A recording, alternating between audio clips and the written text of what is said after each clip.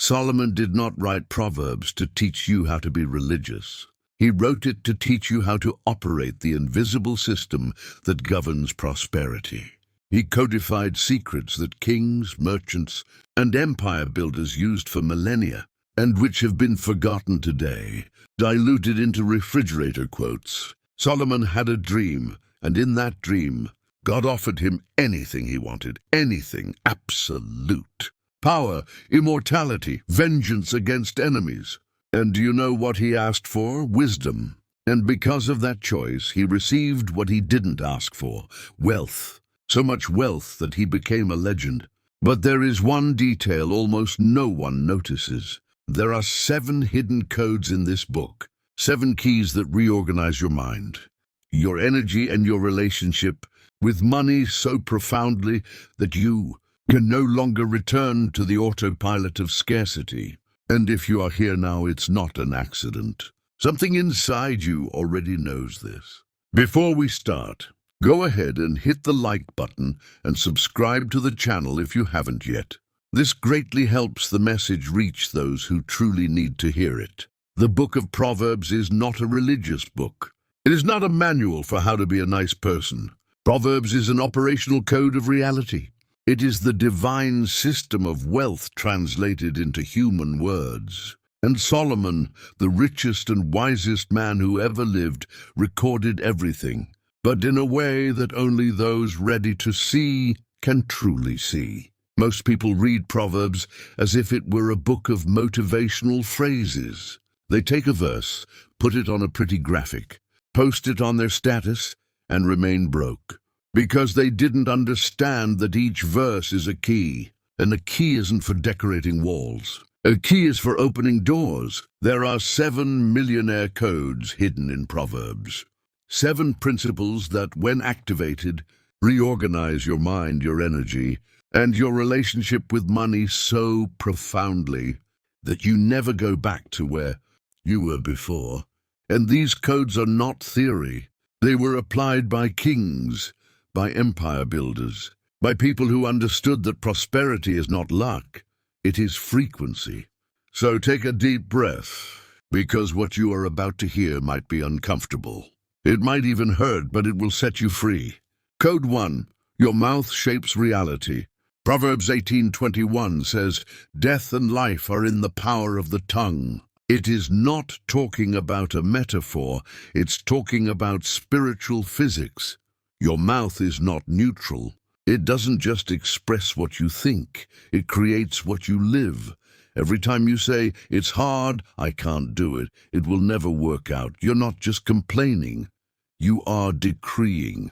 You are signing an invisible contract with scarcity, and the universe, or God if you prefer, doesn't argue. It just delivers what you ordered. Now look around. How many times a day do you talk about what you don't have? How many times do you complain about the situation, declare that you're broke, that things are tough, that it's not going to happen, and then you wonder why nothing changes? Solomon knew this. He understood that a word is not just sound. A word is energy with intention, and energy with intention materializes, always. There's a true story that illustrates this perfectly. An entrepreneur I knew years ago was literally bankrupt. He owed $1 million. He lost his company, his house, his marriage. One day, at rock bottom, he met a mentor who told him something strange. Stop talking about the hole. Start talking about the ladder. And the guy radically changed. He stopped telling everyone how messed up he was. He stopped repeating the narrative of ruin. And he began to decree every day out loud, "I am a prosperous man. Money flows to me easily. I attract valuable opportunities." At first, it seemed ridiculous. He said it without believing it, but he kept going. And in less than 2 years, he rebuilt everything. Not by magic, but because the way he spoke changed the way he thought, and the way he thought changed the way he acted, and the actions changed the results. That's the first code. Your mouth doesn't describe your life, it writes your life. Code D2. Who you listen to determines where you end up. Proverbs 3:20. Whoever walks with the wise becomes wise, but the companion of fools will suffer harm. This isn't just grandma's advice. This is an energetic law. You're not immune to the people around you. You absorb their frequency, their mindset, their beliefs. And if you spend all day surrounded by people who complain, who give up, who live defensively, who think rich people are thieves and money is dirty, seriously, you can pray all you want. You will remain stuck because the human mind works by contagion. Science calls it mirror neurons. The Bible calls it company. The result is the same. You become the average of the 5 people you spend the most time with. Look around now. Who do you spend the most time with? Do these people lift you up or drag you down? Do they talk about possibilities or problems? Are they building something or just surviving? And this is not about abandoning everyone. It's about protecting your frequency. It's about understanding that if you want real prosperity, you need to be near those who already breathe at that vibration, even if it's virtual, even if it's through books, podcasts, mentorships. Solomon was obsessed with this. He didn't listen to just anyone. He filtered. He knew that bad advice kills more dreams than a sword. And there's a cruel detail about this. Sometimes the people who love you the most are the ones who sabotage you the most because they are afraid of losing you. They want you to stay at their level because it's comfortable, but comfort and growth do not live in the same place. Before we continue with the third code, if you've recognized a pattern in yourself so far, a blockage that finally made sense, comment below, I see the code. I want to know who is really paying attention. But are you courageous enough to hear a truth that will force you to take immediate action? Code 3, laziness is spiritual, not physical. Proverbs 6:6 says, Go to the ant, O sluggard, consider her ways and be wise. The ant has no boss, no coach, no external motivation. It simply acts because it understands something that most people have forgotten. Action creates clarity, not the other way around. Are you waiting to be certain before you act? Are you waiting to feel motivated? Then you've already lost, because motivation never comes first, it comes later. It is a consequence of movement, not a cause. The laziness that paralyzes you is not physical laziness, it is spiritual laziness. It's that voice that says, wait a little longer, wait for the perfect time, wait until you have all the answers. And while you wait, life passes you by. And those who act even without certainty, even with fear, are the ones who get the opportunities. Solomon observed this in nature. The ant doesn't sit around philosophizing about winter. It prepares, it acts, it builds. And when winter comes, it is ready, while the sluggard is still lying down, planning to start on Monday. Do you know what separates those who prosper from those who survive? Speed of execution, not perfection, not talent, speed. The millionaire acts fast, fails fast, corrects fast, and moves on. And there is a truth no one wants to hear. God does not bless intention.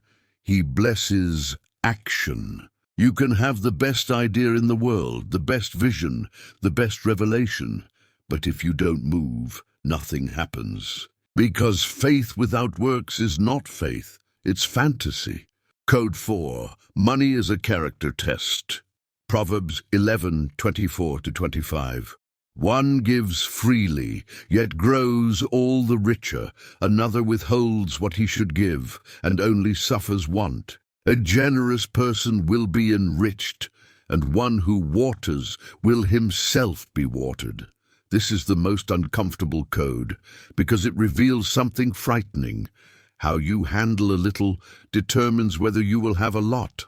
If you are stingy, controlling, and petty when you have little, you will be worse when you have a lot.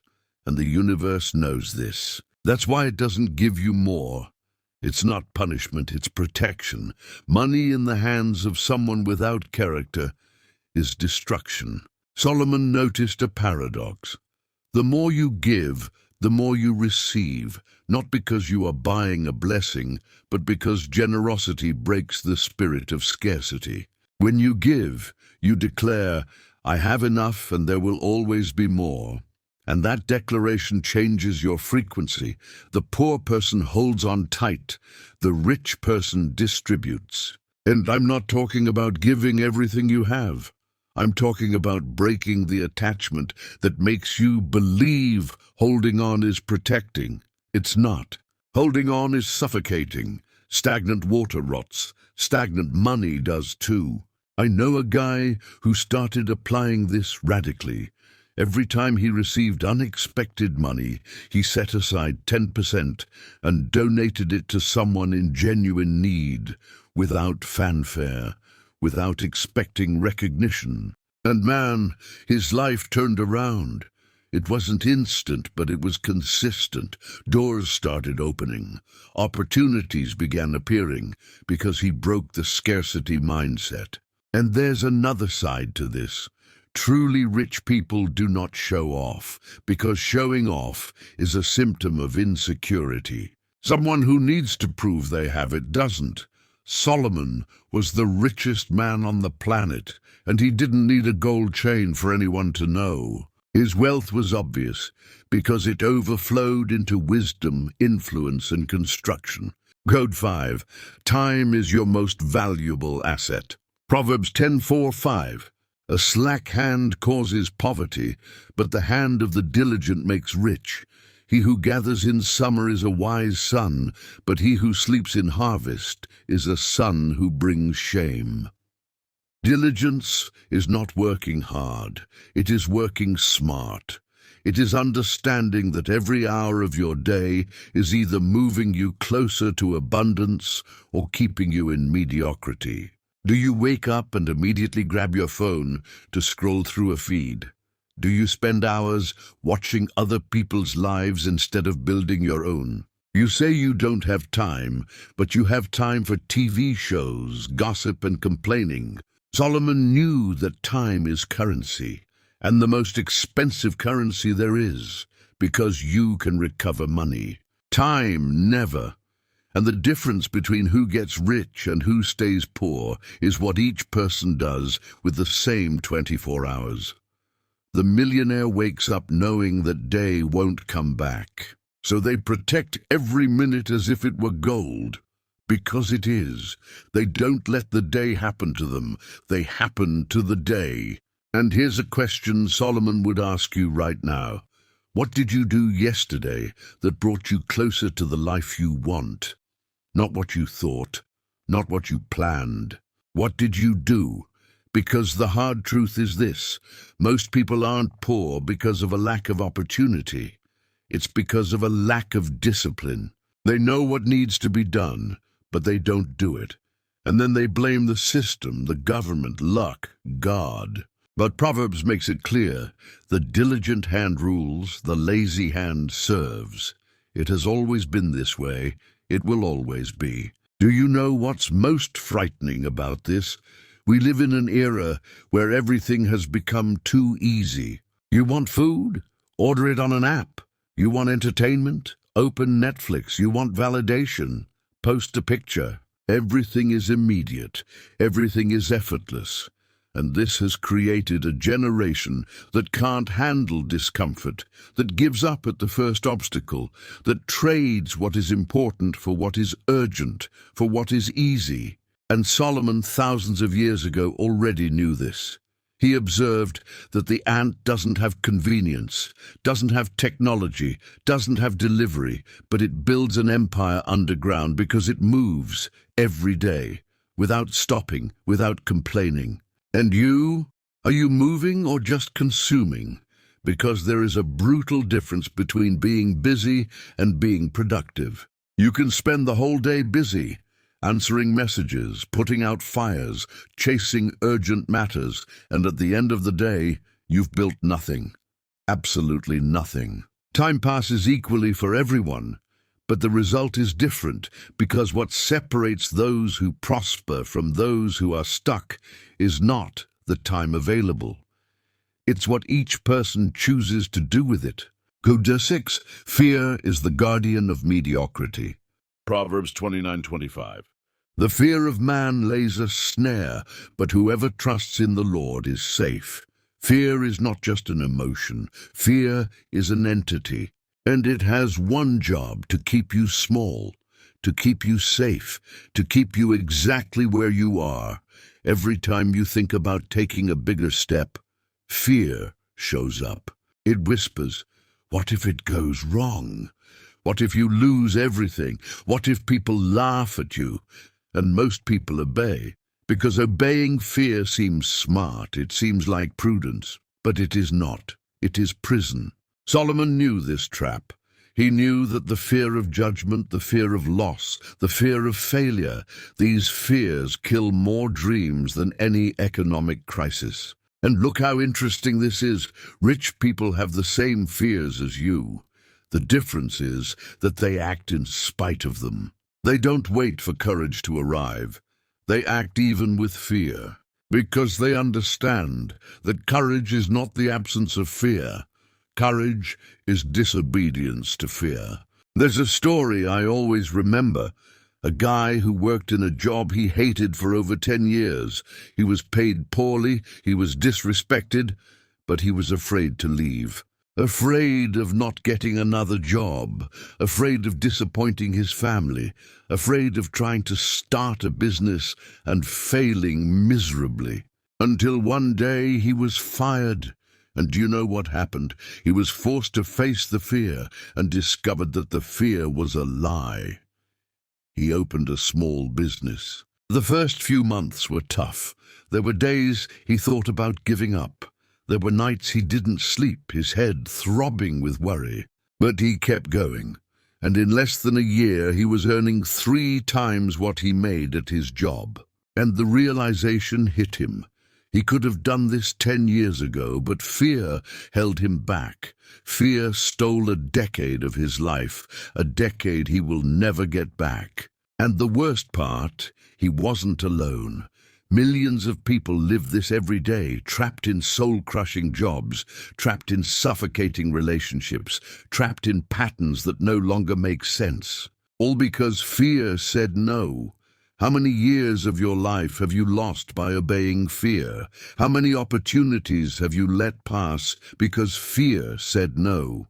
And how many more will you let pass before you realize that fear doesn't protect you, it imprisons you? Proverbs doesn't tell you not to have fear, it tells you not to obey fear, because those who trust act, and those who act discover that fear was only smoke. There's a phrase that changed my life. Fear screams, wisdom whispers, and the problem is that we always listen to what is loudest. We always pay attention to what is most noisy, to what is most urgent.